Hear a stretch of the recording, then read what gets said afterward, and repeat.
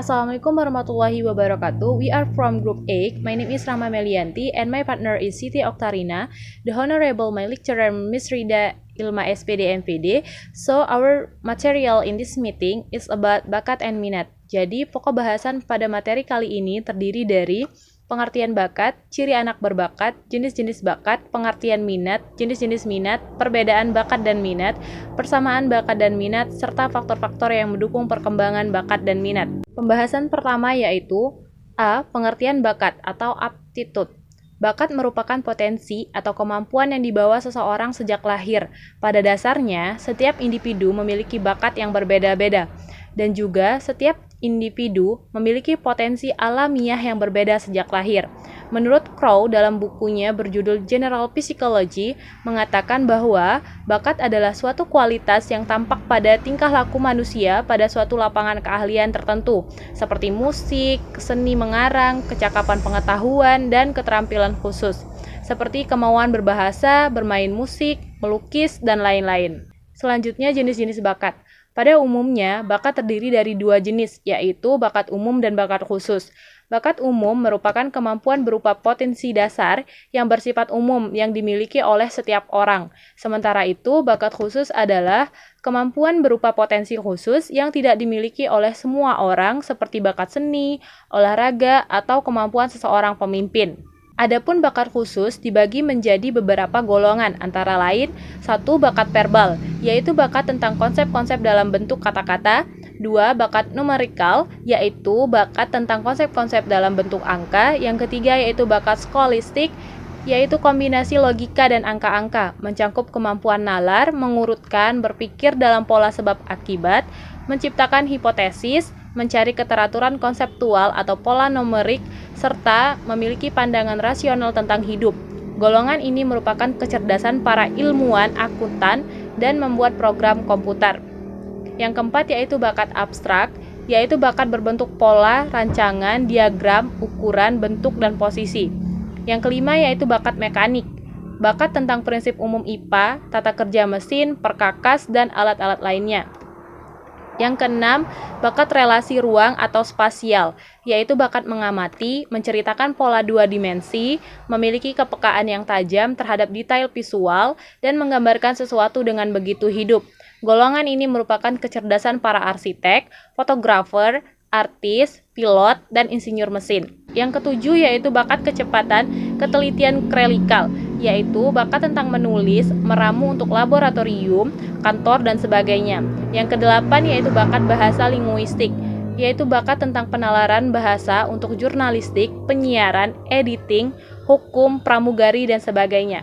Selanjutnya, ciri-ciri anak berbakat. Menurut Mattison dalam bukunya The Identification of the Giver and Talent di tahun 1974 menjabarkan ciri-ciri anak berbakat, antara lain 1. Membaca pada usia relatif muda, 2. Membaca relatif lebih cepat dan lebih banyak, 3. Memiliki rasa ingin tahu yang luas, 4. Memiliki inisiatif dan dapat bekerja sendiri. Selanjutnya yaitu menurut Rezuli dan kawan-kawan pada tahun 1981, dalam Semiawan dan kawan-kawan pada tahun 1984 menyatakan bahwa penentuan bakat individu merujuk pada 3 kelompok ciri, antara lain 1. Kemampuan di atas rata-rata. Di sini dijelaskan bahwa bukan berarti kemampuan ini harus unggul. Hal yang paling penting adalah kemampuan ini harus mencukupi, mengimbangi oleh kreativitas dan tanggung jawab terhadap tugas. Yang kedua yaitu kreativitas, berarti kemampuan untuk memberikan gagasan-gagasan baru dalam menerapkannya. Dalam pemecahan masalah, kreativitas meliputi baik ciri-ciri dari bakat seperti kelancaran, keluasan atau fleksibilitas, dan keaslian. Selanjutnya yaitu tanggung jawab atau pengikatan diri terhadap tugas, berarti menunjukkan pada semangat dan motivasi untuk mengerjakan serta menyelesaikan tugas tersebut. Namun, perlu diingat bahwa setiap individu berada dalam tatanan yang berbeda-beda. Oke, next material will be explained by Siti Oktarina. Assalamualaikum warahmatullahi wabarakatuh. Saya Siti Oktarina. Baiklah, di sini saya akan melanjutkan presentasi dari teman saya, Rahma Melianti, yaitu tentang pengertian dan jenis minat. Minat merupakan aktivitas atau tugas-tugas yang membangkitkan perasaan ingin tahu, perhatian, dan memberi kesenangan atau kenikmatan.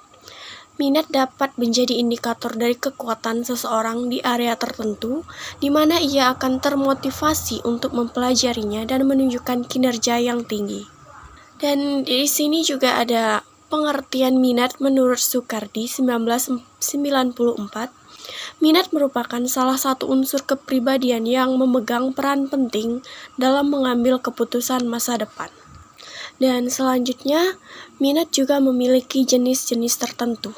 Guilford 1982 menjabarkan jenis-jenis minat menjadi minat vokalisional dan minat avokasional. Yang pertama yaitu minat vokasional. Terdiri dari minat profesional berupa minat keilmuan, seni, dan kesejahteraan sosial. Minat komersial berupa minat dunia usaha, jual beli, periklanan, akuntansi, dan kesektarian. Serta minat kegiatan fisik berupa kegiatan luar dan mekanik. Yang kedua yaitu minat avokasional, yaitu minat yang merujuk pada minat untuk memperoleh kepuasan dan hobi. Minat avokasional ini dapat berupa pertualangan, hiburan, apresiasi, dan ketelitian. Dan selanjutnya yaitu macam-macam minat. Yang pertama, minat yang diwujudkan atau manifest interest. Seseorang dapat mengungkapkan minat bukan melalui kata-kata, melainkan dengan tindakan atau perbuatan, yaitu ikut serta dalam berperan aktif dalam suatu kegiatan, misalnya, yaitu kegiatan olahraga, pramuka, dan sebagainya yang menarik perhatian masyarakat ataupun anggota sekitarnya. Yang kedua yaitu minat yang diekspresikan atau express interest.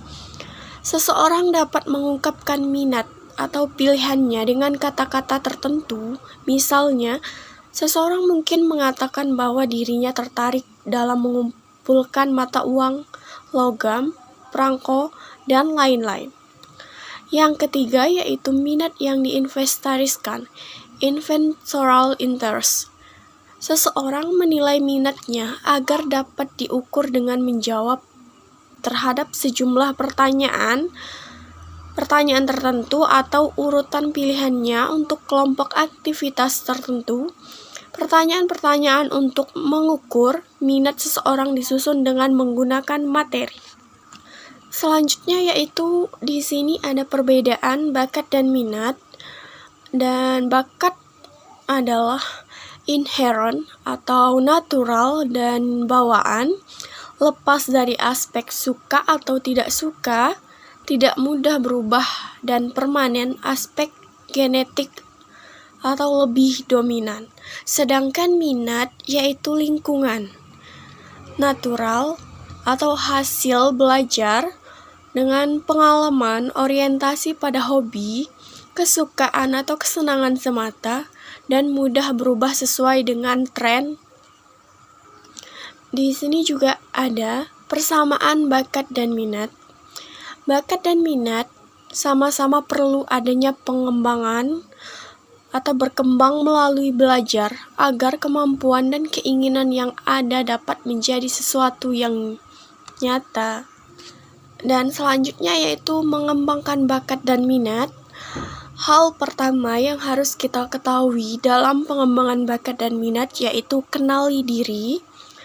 Yang pertama kenali diri, yang kedua ketahuilah keinginan, yang ketiga hargai nilai diri, yang keempat yaitu kombinasikan minat dan kegunaannya atau manfaatnya. Baiklah, sekian dari saya. Lebih dan kurangnya saya mohon maaf. Wassalamualaikum warahmatullahi wabarakatuh. And then last material is faktor-faktor yang mendukung perkembangan bakat dan minat. Antara lain, 1. Faktor internal.